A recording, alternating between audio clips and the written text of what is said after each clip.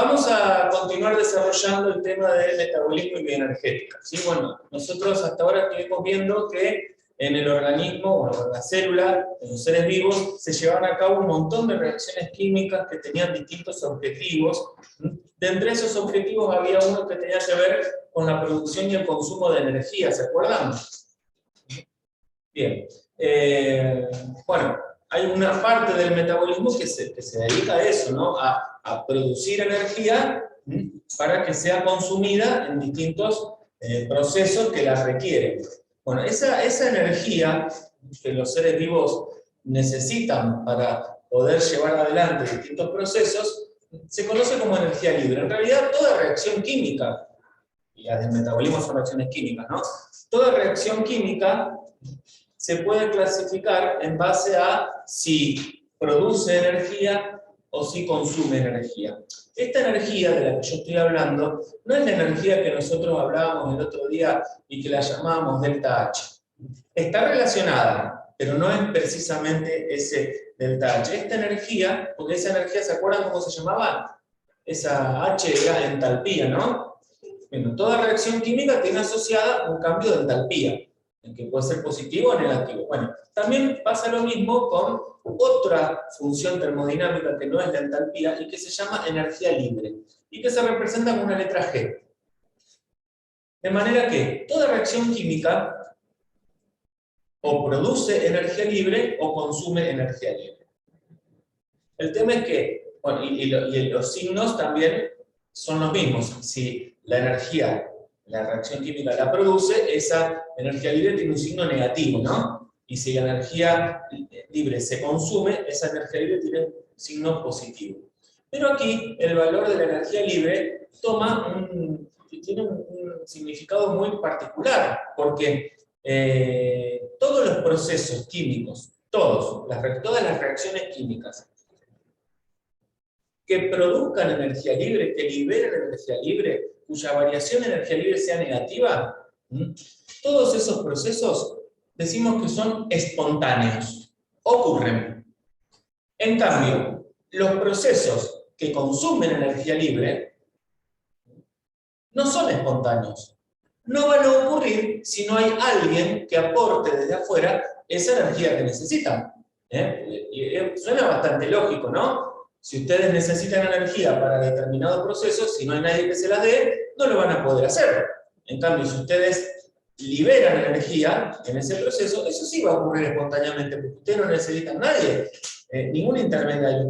La energía se libera directamente, porque la tienen. Bien, entonces todos los seres vivos necesitan consumir energía libre. Muchos procesos que ocurren en los seres vivos son consumidores de energía libre. Todos los procesos de estos que necesitan energía libre se llaman endergónicos. Y todos los procesos que producen energía libre se llaman exergónicos. ¿Se acuerdan? El otro día hablábamos de exotérmico y endotérmico. Bueno, acá hablamos de endergónico y exergónico. En definitiva, todos los procesos exergónicos son espontáneos y los procesos endergónicos no son espontáneos. Para ocurrir, necesitan que alguien les provea esa energía libre que necesitan consumir. ¿Estamos de acuerdo? Bueno, ¿qué procesos se llevan a cabo en los seres vivos y requieren energía? Bueno, ahí tenemos básicamente 5 procesos que requieren energía. Cualquier proceso que suceda en un ser vivo, ustedes van a poder encasillarlo en alguna de esas 5 categorías. ¿Qué son? Fíjense, la síntesis de componentes celulares. El metabolismo requiere energía para sintetizar, para formar componentes celulares. El transporte de sustancias a través de las membranas. ¿Se acuerdan que ustedes vieron transporte a través de membranas y había algunos transportes que le decían transportes activos que necesitaban energía? Bien. La contracción muscular es un proceso también que requiere energía libre. El movimiento de cilias y flagelos y la transmisión de los impulsos eléctricos. Todos esos procesos requieren energía libre. Ahora, yo les dije hace un ratito, si un proceso requiere energía libre, es endergónico. Entonces, no va a ser espontáneo. Solo va a ocurrir si alguien le da energía libre. ¿Qué es ese alguien? Otra reacción que la produzca. De manera que el proceso endergónico, para ocurrir, necesita acoplarse, necesita asociarse a una reacción química que sea exergónica y que produzca la energía libre que este proceso necesita. ¿Se imaginan cuál es esa reacción exergónica a la que se acoplan todos estos procesos que requieren energía? Reacción química. ¿La vimos ayer? ¿La respiración? No, eso es un proceso por el cual se produce energía en forma de ATP. No. Una reacción, no una vía metabólica. Una reacción química, la vimos ayer. Es una reacción química que libera energía libre y que esa energía libre la aprovechan justamente estas reacciones que la necesitan para poder ocurrir. ¿Cuál es la moneda energética en la célula? El ATP. La hidrólisis del ATP, chicos. La hidrólisis del ATP es la reacción exergónica que le provee energía libre a todas esas reacciones endergónicas que no pueden ocurrir en forma espontánea si no estuvieran acopladas justamente a la hidrólisis del ATP. ¿Está? ¿Se entiende? Por eso la célula, cuando decimos que produce energía, en realidad produce ATP. Y el ATP va a donde se lo necesita. ¿Queda claro? ¿No vieron acaso en el transporte activo que se consume ATP? El ATP se hidroliza y provee la energía libre que el transportador necesita para provocar el transporte en contra del gradiente, seguramente, ¿no? Por eso un transporte activo. Bien.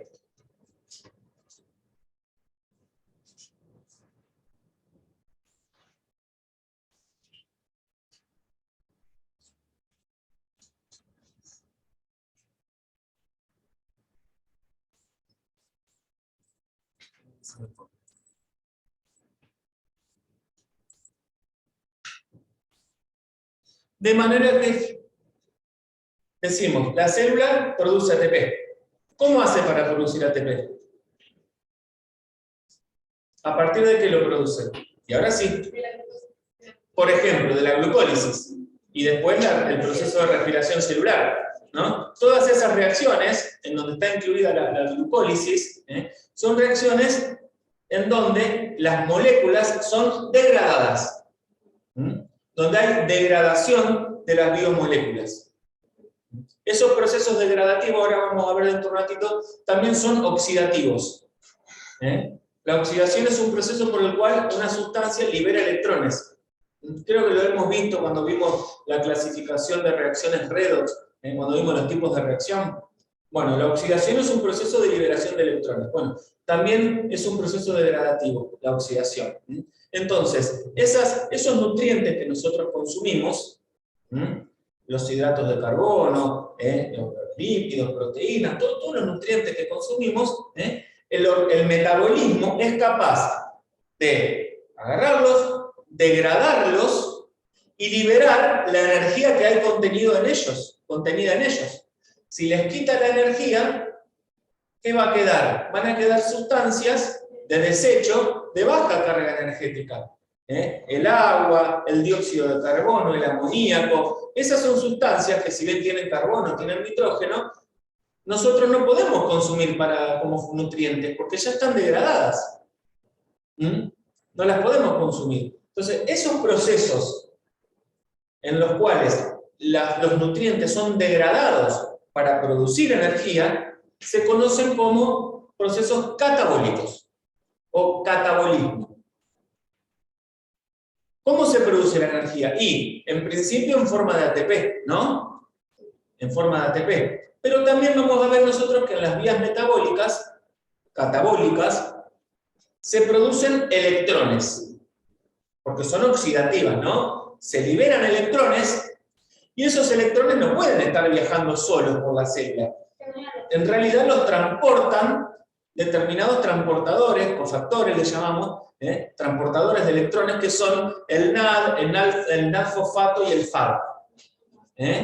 Los vimos cuando vimos, ¿se acuerdan cuando vimos ácidos nucleicos y nucleótidos? ¿Se acuerdan? Que vimos algunos ejemplos y ahí estaba el NAD, el FAD, el NAD-fosfato. Son todos cofactores, le llamamos cofactores de óxido-reducción. Son cofactores que son capaces de tomar electrones de las vías catabólicas y llevarlos para ser utilizados en la producción de energía. ¿A dónde? A la cadena respiratoria. Ya en un ratito vamos a ver cómo es eso. Pero básicamente las vías catabólicas producen ATP y electrones, que son transportados por los transportadores. ¿Para qué? Para ser llevados a las vías anabólicas. ¿Qué son las vías anabólicas? Y son estas vías metabólicas que toman moléculas simples, precursoras, como monosacáridos, aminoácidos, ácidos grasos, bases nitrogenadas, todas moléculas orgánicas sencillas, y las utilizan para la biosíntesis. Con las bases nitrogenadas, ¿qué puede formar la célula?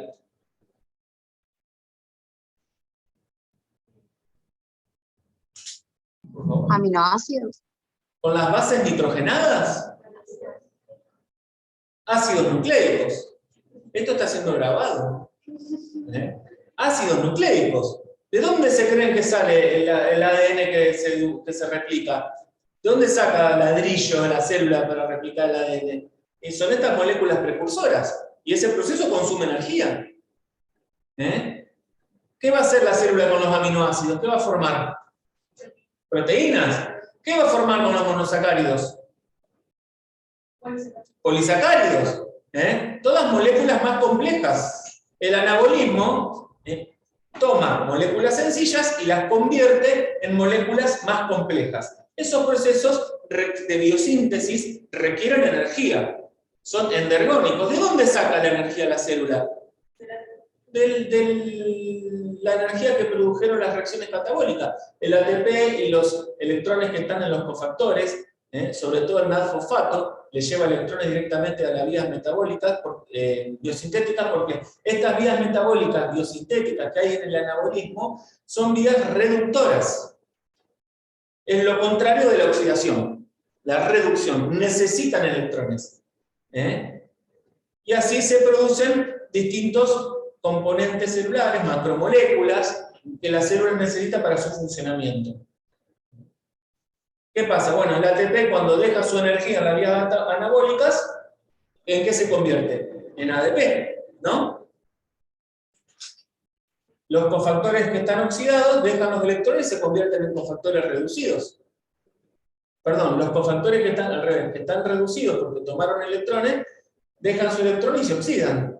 ¿Y qué pasa con ellos? ¿Se tiran? No, vuelven a las vías catabólicas para cargarse de nuevo de energía y así continuar el ciclo. ¿Ven? Hay una conexión entre las vías catabólicas y las vías anabólicas, que es a través de los intermediarios que llevan la energía y los electrones. ¿Queda claro este gráfico? ¿Se entiende? ¿En la casa se entiende?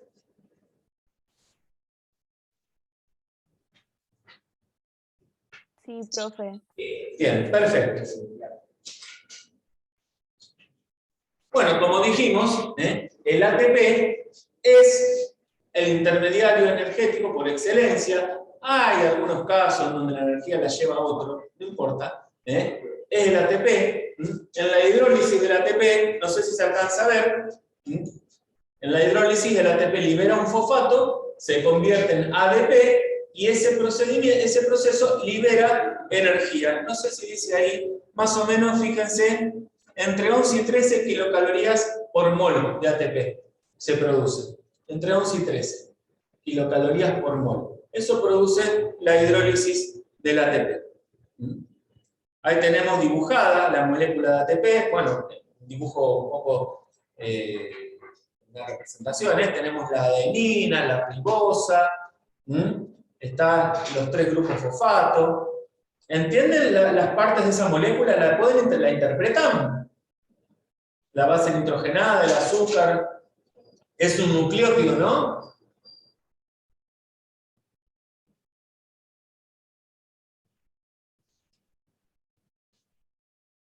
Bueno, ¿alguna pregunta?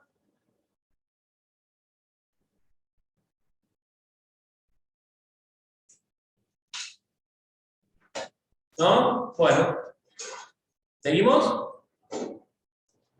Esto lo tienen todos, ya se lo pasé ayer al grupo y está en el aula también. Bueno, vamos a hablar un poquito de estas reacciones catabólicas, que son las que decimos que liberan energía, que se almacena después principalmente como ATP. Bueno, hay algunas, nosotros cuando se acuerdan cuando vimos las reacciones redox en química inorgánica, dijimos que eran reacciones en donde había transferencia de electrones. Y como había transferencia de electrones, había cambio en los números de oxidación de los átomos, ¿se acuerdan? Que las identificábamos así.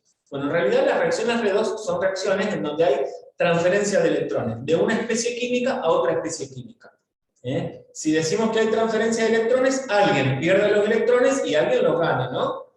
Bueno, el proceso en el cual una especie pierde electrones se llama oxidación. Y el proceso en el que una especie gana electrones se llama reducción. Ambos se dan en forma simultánea. No puede haber una oxidación si no hay una reducción, porque no puede una especie perder electrones sin que alguien los agarre. ¿Está? No es que yo la especie química libera electrones y los manda al medio. No. Si ella pierde electrones es porque alguien los agarra. ¿Estamos claros? Siempre que hay una oxidación, hay una reducción. Bien. En las reacciones catabólicas, entonces, estos sustratos que tienen un contenido energético, estos sustratos son oxidados y se liberan sus electrones y se libera la energía que contienen, y produciendo al final sustancias más sencillas que las de partida. Veíamos recién, un aminoácido se puede convertir en dióxido de carbono y amoníaco. Los átomos que forman el aminoácido se pasan a formar parte de sustancias más sencillas y esa energía que antes estaba contenida en los enlaces en el aminoácido es utilizada para la formación de ATP, por ejemplo, de alguna manera.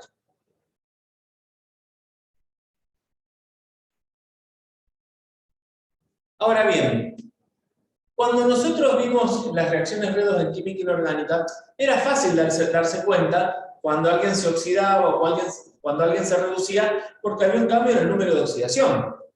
Si yo tenía cloro de un lado y tenía cloruros del otro, ¿no? En el cloro, en el dicloro, el cloro tiene número de oxidación 0, en el cloruro es -1, entonces era evidente que el cloro había ganado electrones y que se había reducido, ¿no?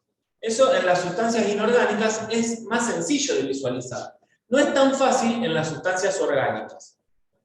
No es tan fácil darse cuenta de si se produjo una oxidación o una reducción en una sustancia orgánica. O sea, no es tan fácil si uno va a analizar solamente el número de oxidación de los átomos. Pero se nos pone más fácil porque cuando una sustancia orgánica se reduce o se oxida, se producen cambios en ella. Siempre se produce la pérdida o la ganancia de electrones. Eso siempre. Y además, pueden pasar algunas de estas cosas, como ser, cuando una molécula se reduce, es porque gana electrones. Y a la vez yo voy a advertir que en ella, en el producto, ¿no? Van a aparecer más hidrógenos, o sea, la sustancia gana hidrógenos, pierde oxígenos, o gana carga negativa, o pierde carga positiva. Esos son indicios de que la molécula se redujo. ¿Está? Porque yo no voy a... El análisis del número de oxidación es complicado en las sustancias orgánicas. Pero yo me puedo fijar en esos indicios y ahí me doy cuenta. Se va a dar alguno o algunos de ellos. Por el contrario, si la sustancia orgánica se oxida, yo puedo advertirlo. ¿Por qué? Porque va a perder electrones, cosa que no voy a poder visualizar así a simple vista, pero voy a ver que va a perder hidrógenos, va a ganar oxígeno, va a perder carga negativa o va a ganar carga positiva. Si ustedes se fijan, ahí tenemos dos ejemplos de reacciones químicas redox que ocurren en el metabolismo. Fíjense, tenemos una sustancia que se llama malato.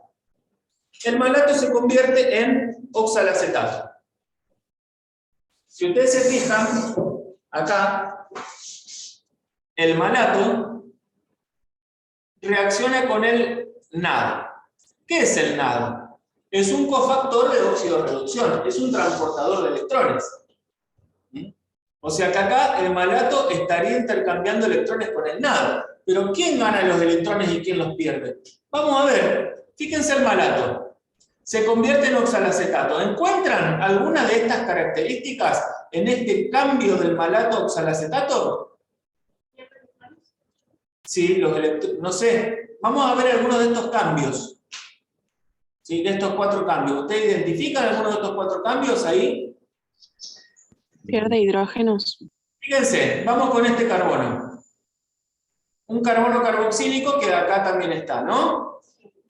Acá tenemos un carbono que tiene un grupo alcohol y un hidrógeno. Y acá, ¿qué veo? Una acetona.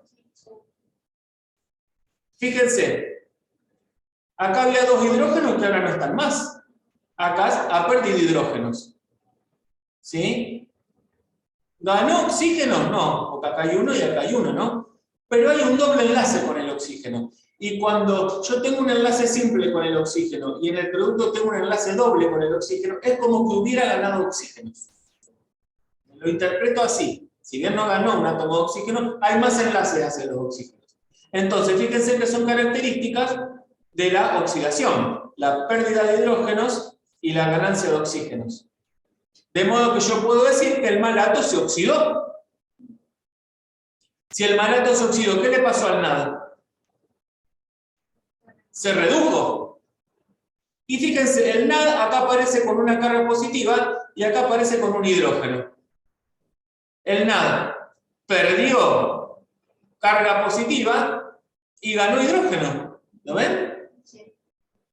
Y se ve acá eso, fíjense, acá falta la carga positiva en el NAD.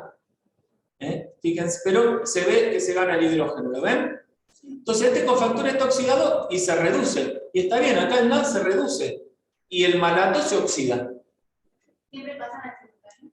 Sí, la oxidación y la reducción siempre en simultáneo. Si alguien se oxida, alguien se reduce. ¿Está? Fíjense el FAD acá. El FAD se convierte en FAD-H2. ¿Qué significa? Que se reduce, está ganando hidrógeno, ¿no? Si él se reduce es porque está tomando electrones. ¿De quién? Del succinato, que se va a oxidar. ¿Cómo sé que el succinato se oxidó a fumarato? ¿Qué perdió? A ver, acá hay 2 hidrógenos y acá hay 1. Acá hay 2 hidrógenos y acá hay 1. Ha perdido hidrógenos el succinato, entonces se oxidó. ¿Está? Ven que no es tan fácil ver que se pierden electrones o que se ganan. Pero estos indicios nos permiten darnos cuenta de cuál de estos procesos ha ocurrido en una molécula. ¿Estamos de acuerdo? Lo importante es que también ustedes se acuerden de estos cofactores, que los vamos a ver después en las vías metabólicas, cómo van y toman electrones y los llevan, por ejemplo, a la cadena respiratoria. Bien, y acá quise poner una última reacción. Esta no aparece en ninguna sustancia orgánica, es inorgánica, ¿no? Es el oxígeno que se convierte en agua. ¿Qué les parece a ustedes? ¿Eso es una oxidación o una reducción?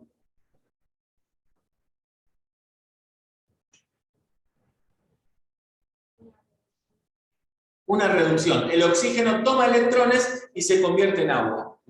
Acá, si bien acá aparece un dato termodinámico que es propio de las reacciones redox. ¿Sí? En las reacciones redox, en vez de hablar de energía libre, hablamos de otro dato que tiene relación con la energía libre, la relación directa, que es el potencial redox. Bueno, el potencial redox de esa reacción el potencial de reducción de esa reacción es 0,82 voltios. Es positivo. Si es positivo acá, significa que se libera energía. ¿Por qué puse esta reacción? Porque lo que vamos a ver dentro de un ratito es que los electrones que se producen en las vías catabólicas los agarran los cofactores de óxido-reducción y ¿saben a quién se lo da? Se lo termina dando finalmente el metabolismo de esos electrones al oxígeno. El oxígeno es el aceptor final de los electrones que se producen en las vías catabólicas. El oxígeno toma esos electrones y se convierte en agua. Y ahí se libera la energía. Ahora bien, fíjense, la estrategia que tiene que armar el metabolismo, porque si nosotros hiciéramos que el oxígeno tome los electrones directamente de los nutrientes, si el oxígeno tomara electrones directamente de los nutrientes,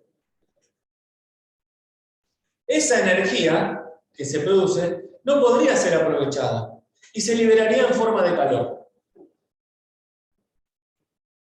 Pero el metabolismo, ¿qué hizo? Hizo que los nutrientes le dieran los electrones a los cofactores de óxido-reducción, al NAD, al FAD, y esos electrones van a ir pasando por distintos cambios, distintas etapas. El NAD se lo va a dar a alguien, ese se lo va a dar a otro, y así. Y la energía se va a ir liberando gradualmente. La energía se va liberando gradualmente para que al final los electrones se les sean dados al oxígeno. Ese pasaje gradual de electrones a través de distintos componentes se produce en la membrana interna mitocondrial y se conoce como cadena respiratoria o cadena de transporte de electrones. ¿Sí? Se produce en la membrana interna de la mitocondria. Ahora lo vamos a ver. Pero ¿se entiende por qué es la importancia de esta reacción de reducción del oxígeno? ¿Alguna duda? ¿En la casa? ¿Bien? Sí, profe, bien. Bueno.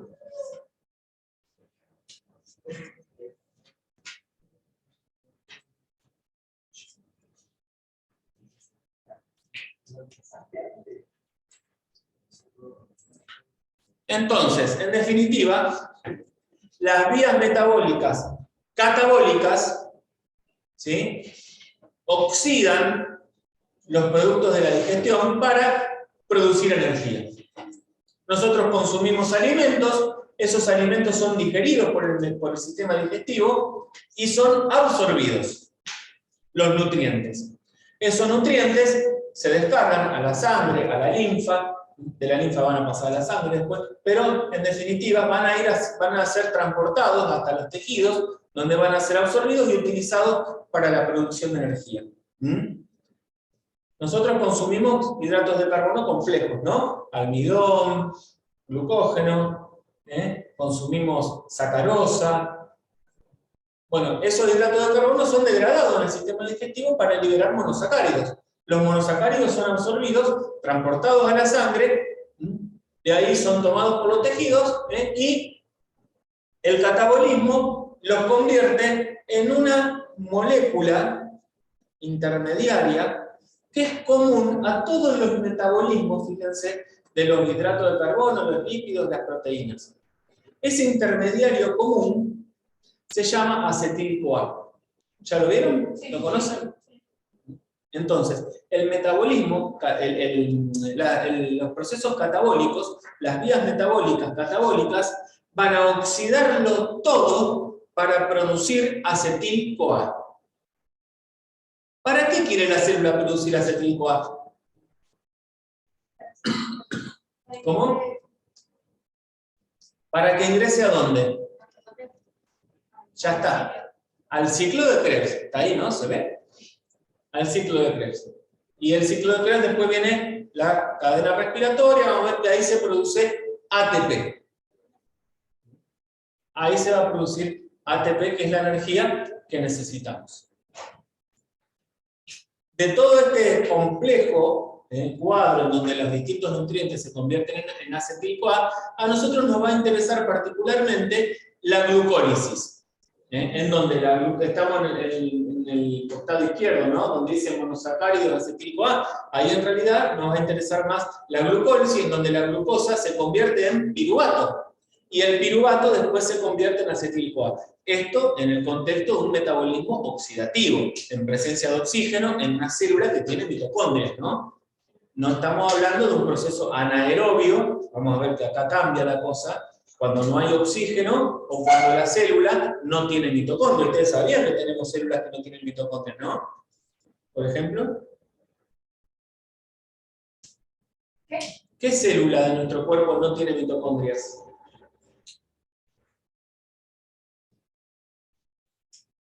¿Sabían que había células que no tenían mitocondrias? ¿No? Los glóbulos rojos no tienen mitocondrias. Entonces los glóbulos rojos no pueden hacer metabolismo oxidativo. Tienen un metabolismo anaerobio, que después lo vamos a ver. Hacen fermentación. ¿Ah? Lo vamos a analizar después cuando veamos en particular la glucólisis.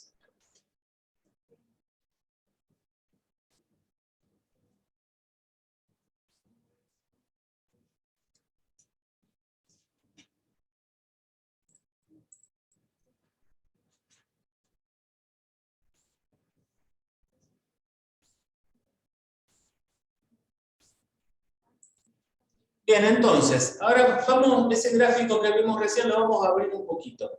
Y vamos a ver cómo el proceso completo de producción de energía puede dividirse en 3 etapas.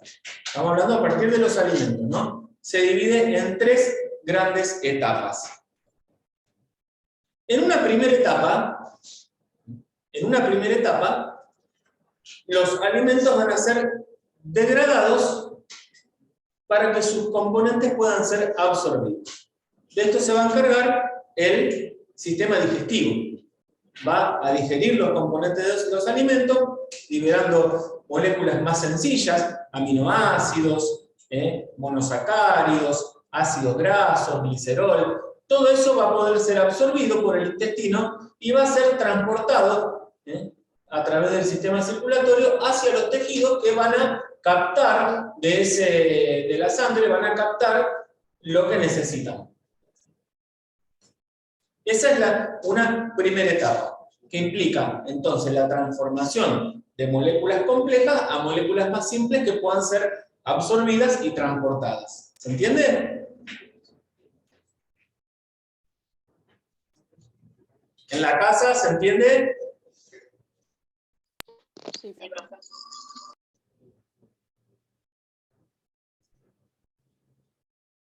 Luego viene la etapa 2. En la etapa 2 ya tenemos estas moléculas sencillas, ya las tenemos adentro de la célula.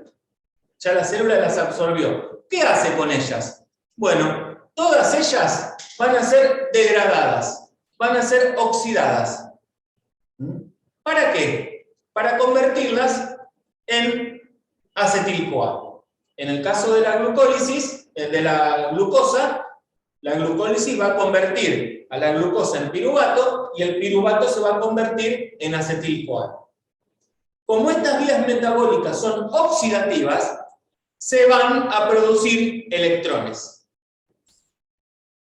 ¿Ven ahí la línea verde? Esa línea verde implica transporte de electrones. Ese transporte de electrones lo hacen los cofactores NAD y FAD. Pero ¿qué pasa? Ahí vemos que aparece producción de ATP. Ustedes me van a decir, pero usted dijo que la ATP se producía después del ciclo de Krebs, en la mitocondria, después de que los electrones pasen por la cadena respiratoria, ahí hay producción de ATP. Sí, ese mecanismo de producción de ATP que ocurre en la mitocondria y que está acoplado al transporte de electrones en la cadena respiratoria, se llama fosforilación oxidativa. Pero no es la única forma de producción de ATP. Hay otra forma de producción de ATP que ocurre en las vías metabólicas, en este caso en el citosol, ¿no? Porque ya dijimos que la glucólisis ocurría en el citosol. Este mecanismo de producción de ATP, que es respecto del otro es mínimo, es poquito nomás. Este mecanismo se conoce como fosforilación a nivel de sustrato. ¿Sí? O sea que hay dos mecanismos de formación de ATP. La fosforilación oxidativa y la fosforilación a nivel de sustrato.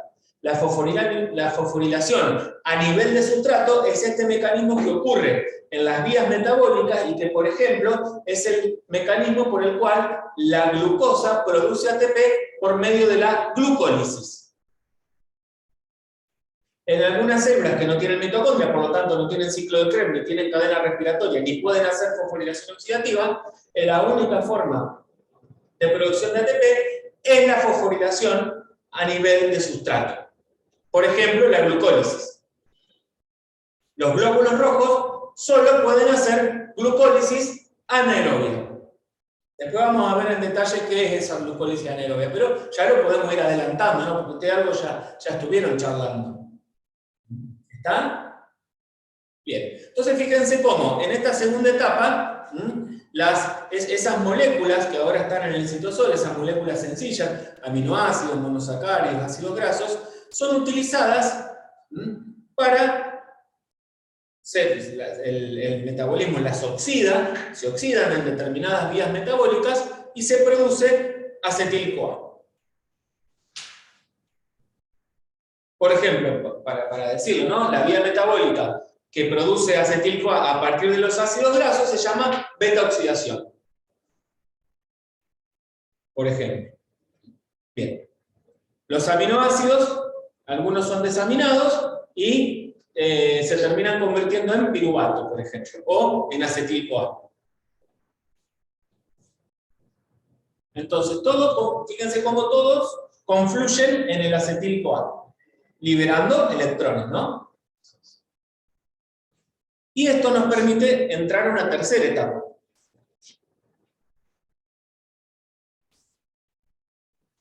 En donde ese acetil-CoA va a ser totalmente oxidado y se va a producir ATP. El acetil-CoA, ¿cuántos carbonos tiene? ¿Saben ustedes? ¿La glucosa cuántos carbonos tiene? 6. ¿El piruvato? 3. ¿El acetil-CoA? 2. Cuando el acetil-CoA ingresa al ciclo de Krebs, en una vuelta del ciclo de Krebs se pierden 2 carbonos en forma de dióxido de carbono. O sea que todos los carbonos del acetil-CoA terminan en dióxido de carbono. Se degrada completamente. En el ciclo de Krebs, o ciclo del ácido cítrico, creo que dice así ahí, ¿no? También se llama así ciclo del ácido cítrico, ciclo de los ácidos tricarboxílicos. En el ciclo de Krebs se oxida completamente el acetil-CoA y se produce una gran cantidad de electrones. ¿Sí? Una gran cantidad de electrones. Ven ahí que dice poder reductor en forma de NAD hidrógeno, ¿no? Bueno, porque está reducido. El NAD toma electrones en las vías metabólicas que están antes del ciclo de Krebs y también en el ciclo de Krebs. ¿Qué hace con esos electrones? Ahora ya los carbonos desaparecieron, tenemos todo en forma de electrones, ¿ven? ¿Qué pasa con esos electrones? Los cofactores los llevan a la cadena respiratoria o cadena de transporte de electrones, que está en la membrana interna de la mitocondria. Ahí los electrones van a ir pasando a través de distintos complejos para finalmente ser cedidos al oxígeno, ven, que se transforma en agua. Y que junto al amoníaco que queda producto del catabolismo de los aminoácidos y al dióxido de carbono que se produjo por la oxidación de los esqueletos de carbono, ahí amoníaco, agua y dióxido de carbono son productos de desecho. La energía que se va liberando en la cadena respiratoria producto del transporte de los electrones finalmente permite sintetizar una gran cantidad de ATP a través del mecanismo conocido como fosforilación oxidativa. En la etapa 3. Claro, en la etapa 3. Después vamos a analizar más en detalle esta fosforilación oxidativa porque vamos a ver cómo el pasaje de electrones a través de de la cadena respiratoria, libera energía y cómo esa energía termina siendo usada para formar ATP. Hay toda una explicación, una teoría que se conoce como teoría quimio-osmótica, o quimiosmótica, ¿sí? Esa la vamos a explicar y la tienen que saber.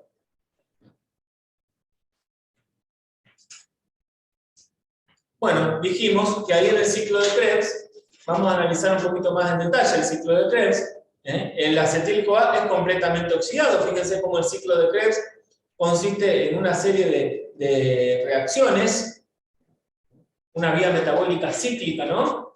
Que comienza cuando el acetil-CoA se condensa con el oxalacetato para formar citrato, empiezan a ocurrirles cosas y hay algunos pasos, fíjense, de oxidación, en donde el NAD, en donde se forma el NAD reducido. El NAD oxidado viene, toma electrones y se convierte en NAD reducido, NADH. Hay fosforilación a nivel de sustrato también, fíjense cómo se produce ATP ahí. En realidad no es un ATP, es un GTP, pero no importa, lo tomamos como un ATP porque también es un intermediario energético. Entonces, ahí tenemos la reacción, abajo de todo tiene la reacción global del ciclo de Krebs. ¿Ven? El ácido oxalacético o oxalacetato, más acetil-CoA, más un ADP, más un fosfato, más 3 NAD, más FAD, ¿qué produce? Ácido oxalacético produce lo mismo, porque es un ciclo, ¿no?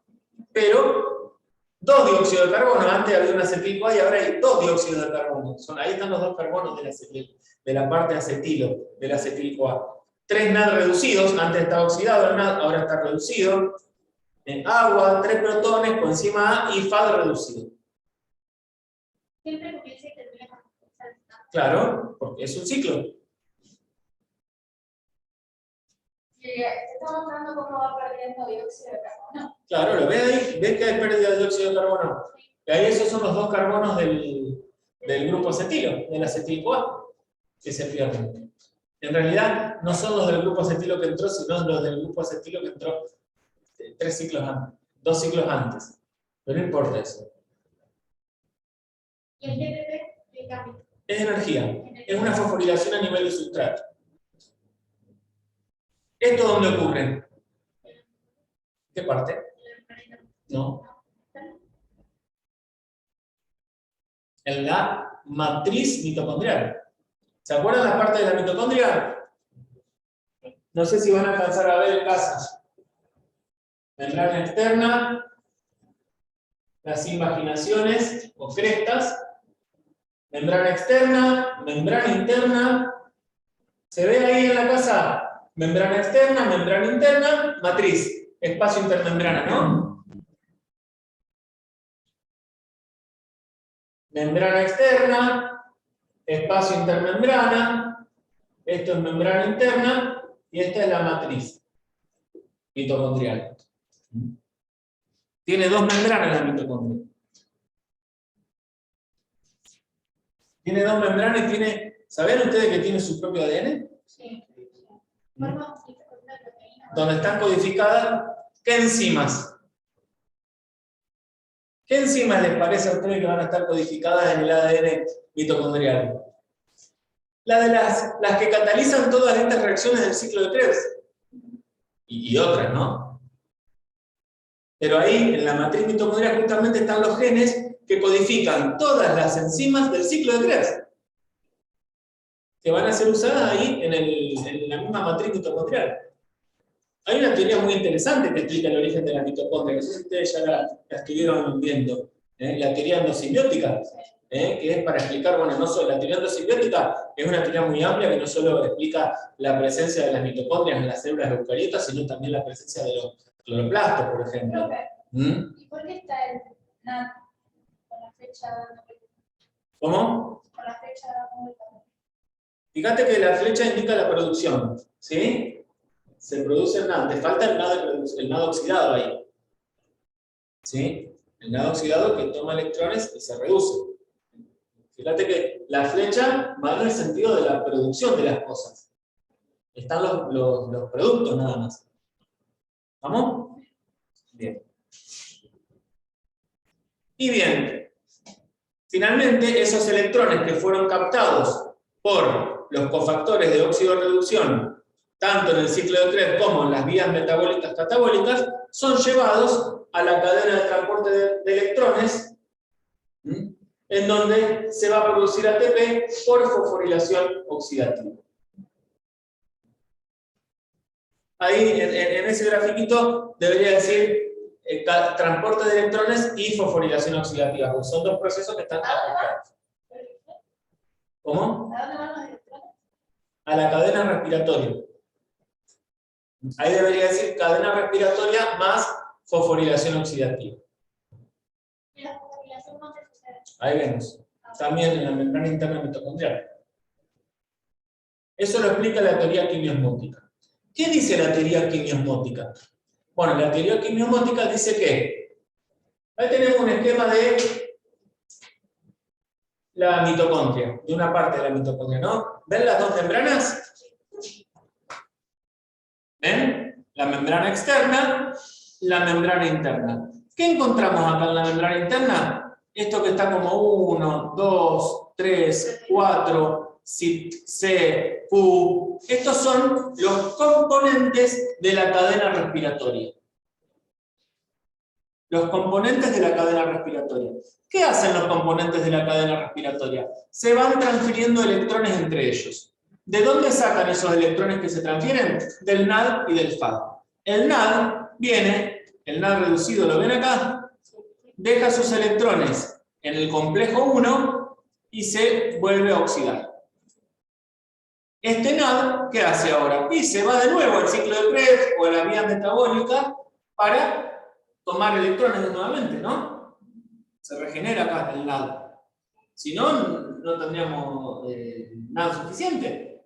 Se tiene que regenerar para poder volver. Lo vimos en el gráfico hoy, en la conexión entre anabolismo y catabolismo, como el NAD el NAD que estaba oxidado, perdón, que estaba reducido, se convertía en NAD oxidado, después iba al catabolismo y así sucesivamente. Bueno, acá vemos como el NAD, que tiene electrones, que los tomó en el ciclo de Krebs o en las vías metabólicas, se convierte en NAD oxidado. Pierde los electrones. ¿Quién gana los electrones? El complejo 1. Y el complejo 1 se lo pasa a la ubiquinona al complejo 3, el complejo 3 a la citocromo C, que se la pasa al complejo 4. Se van pasando electrones entre ellos.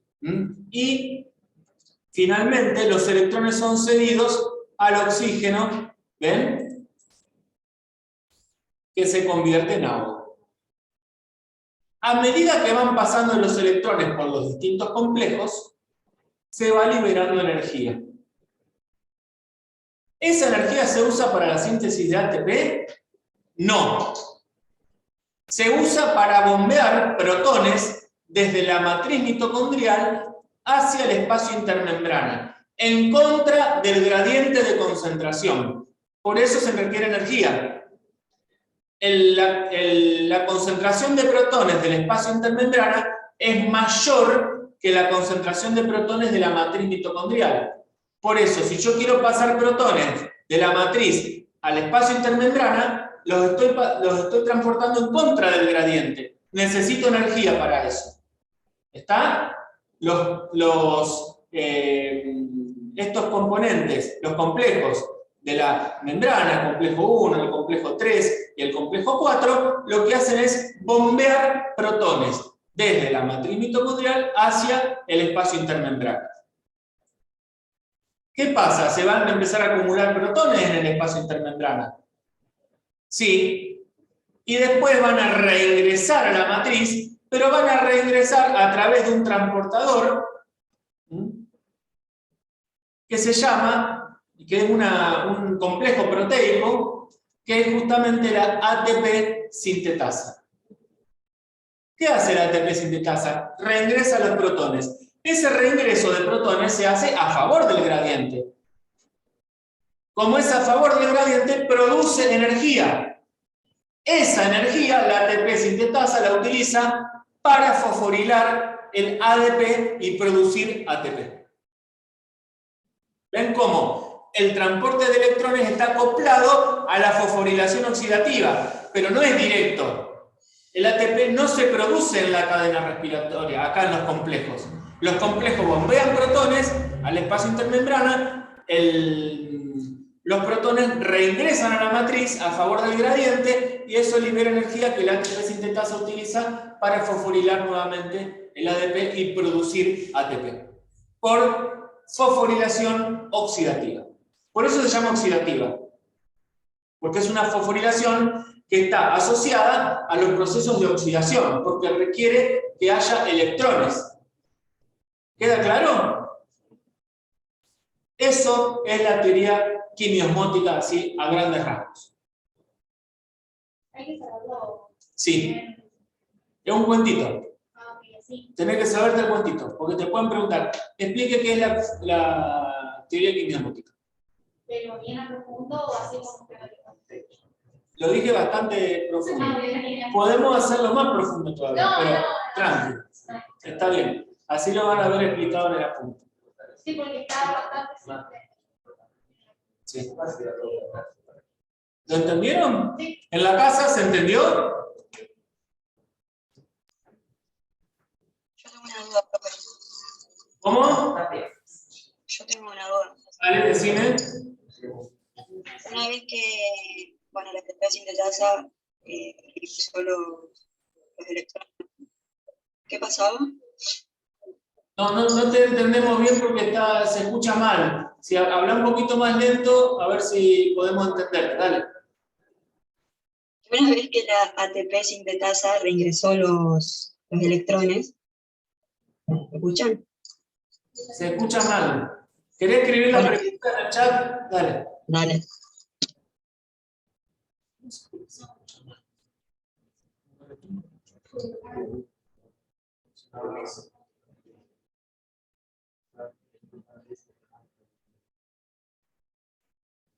Mientras, no sé si alguien tiene alguna pregunta.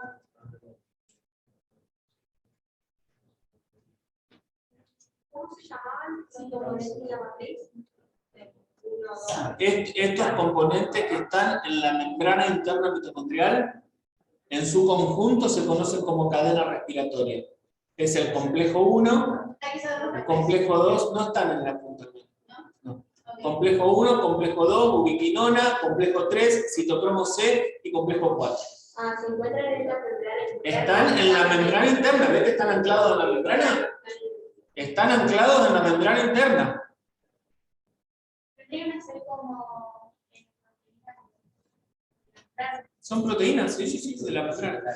A ver, fíjense la pregunta. ¿Qué pasa una vez que la ATP sintetasa reingresa los electrones? No, la ATP sintetasa no reingresa electrones. Reingresa protones que están en la matriz, en el espacio intermembrana. Estos son protones. Los electrones circularon acá por los complejos de la cadena respiratoria y fueron cedidos finalmente al oxígeno. Ahí quedaron. Los electrones quedan acá en la molécula de agua. Quedan ahí. Estos protones reingresan y después los protones que hay acá vuelven a ser llevados al espacio intermembrana por los complejos de la cadena respiratoria. Esto es un ciclo, ¿no? Los protones están constantemente reingresando y siendo bombeados en contra del gradiente. ¿Queda claro, Ariana?